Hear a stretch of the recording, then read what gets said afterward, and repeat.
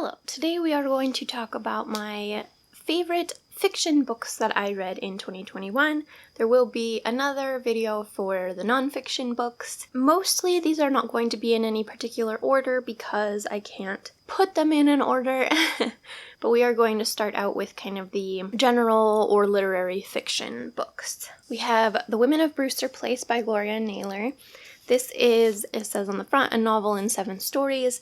Each chapter is a different woman who ends up living at kind of dead-end street called Brewster Place. I don't think it's specified that it's New York, but I think it is supposed to be New York, but I could be wrong. Most of them have lived very difficult lives that led them to this place. Everyone's journey crosses over the others at Brewster Place. This was such a rich exploration of characters and relationships. It is very, very sad, but it was beautiful and impactful, and I cannot believe that this was Gloria Naylor's first book. Just such an impressive writer. Next we have Passing by Nella Larsen, basically a novella. This is a classic. It was first published in 1929, and it is studied pretty widely, I believe, in African American literature, but it kind of got renewed public interest due to the publishing of The Vanishing Half, which is kind of a retelling of Passing. I do prefer Passing. I didn't dislike The Vanishing Half, but I do think that Passing is a more compellingly told story. This is the story of a Black woman who lives in New York who runs into an old friend of hers who she discovers is passing for white. She's married to a white man and has white children. Our main character is very proudly Black, is in a lot of Black community in New York in the 20s, and it's just kind of their conversations and interactions. It really makes you think about race and what that means, how we have constructed this social construct and adhere to it so rigid. It's also pretty proudly upper class or upper middle class, I'm not sure, and so she does have some fairly classist opinions and thoughts, I would say, and so I thought that it was interesting exploring that aspect as well. Next we have The Idiot by Elif Batuman. This is the story of Selin, a daughter of Turkish immigrants who is going to Harvard in the 90s. This is a very kind of plotless, wandering book. Things do happen in here, but the focus is not on the things that happen. This is definitely a character and narrative-focused book. The voice of the narrator is so strong and so funny and clever and witty. She really makes you empathize with her and relate to her even when you've never been in any situation remotely like the one that she's in. There were so many moments that I laughed out loud reading this book. This is without question the funniest book that I read this year. I don't read a lot of funny books, but this was definitely top of the list. Dry, witty humor.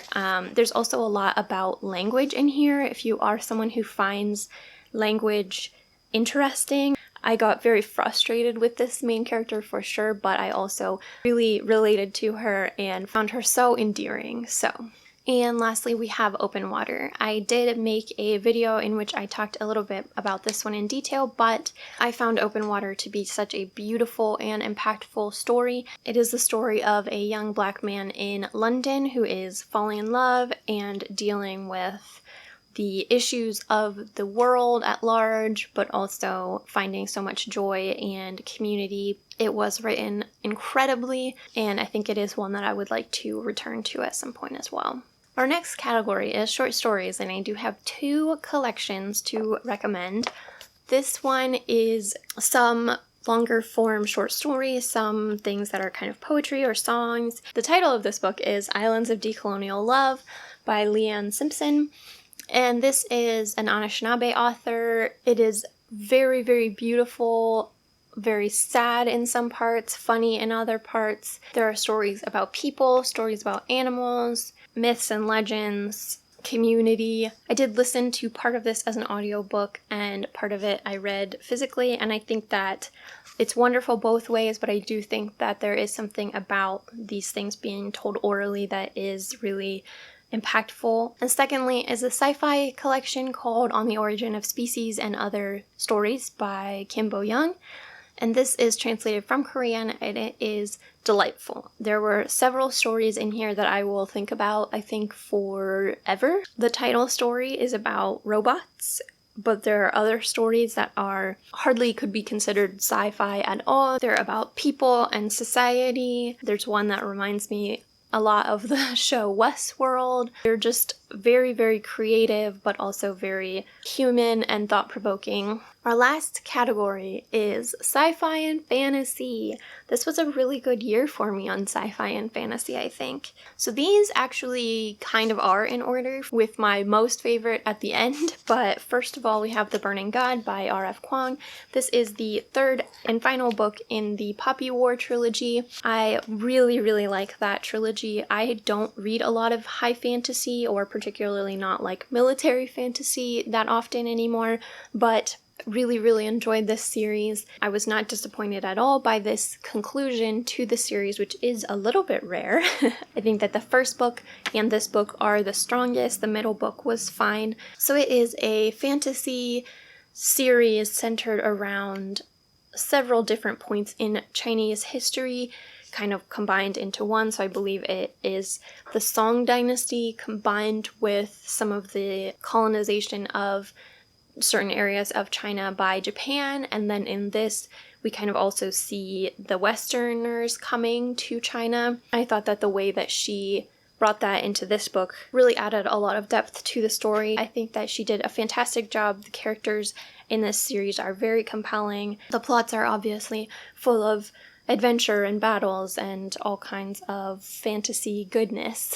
Next up we have The Word for World is Forest by Ursula K. Le Guin. This tells the story of a future in which humans have kind of destroyed the earth and are now looking to colonize other places, and we've been kind of provisionally given a planet by the governing powers to farm for lumber, and if that goes successfully, partially colonize this planet. So we're hearing from primarily one of the native inhabitants of this world and several of the humans from Earth who are called Terrans. So this has so much to say about colonization, environmental destruction, kind of white Western mindset. She wrote this book during the Vietnam War, and it is definitely amoral. She is definitely sending a message with this.